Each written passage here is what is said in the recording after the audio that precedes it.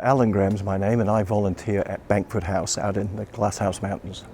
My working career was involved with conservation and cultural heritage, although more recently I wasn't doing that, but it's been great just to be able to come back into that area that I was involved in for over 15 years during my working career. So the primary role at BANKFOOR is to act as a sort of guide for visitors that come to the property. But in addition to that, we do a lot of other things, like particularly like cataloguing. We support the staff there, cataloguing the collection, which is quite vast. And that also involves a bit of research, because it's not just a case of writing down or taking a photograph of a particular item.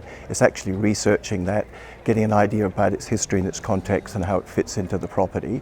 And there's always stories attached to a lot of those items that be they clothing or a particular item that furniture that someone the property has. So and the fun of it is actually undertaking that research to make sure that you're able to sort of dilute the whole story, relay the whole story. I love watching young kids go through the property and sort of, what's that, Mum? What's that, Dad? What do you do with that sort of thing? And explaining that whole kind of process about how, for example, an iron's evolved from something that was heavyweight to something that's now run by electricity.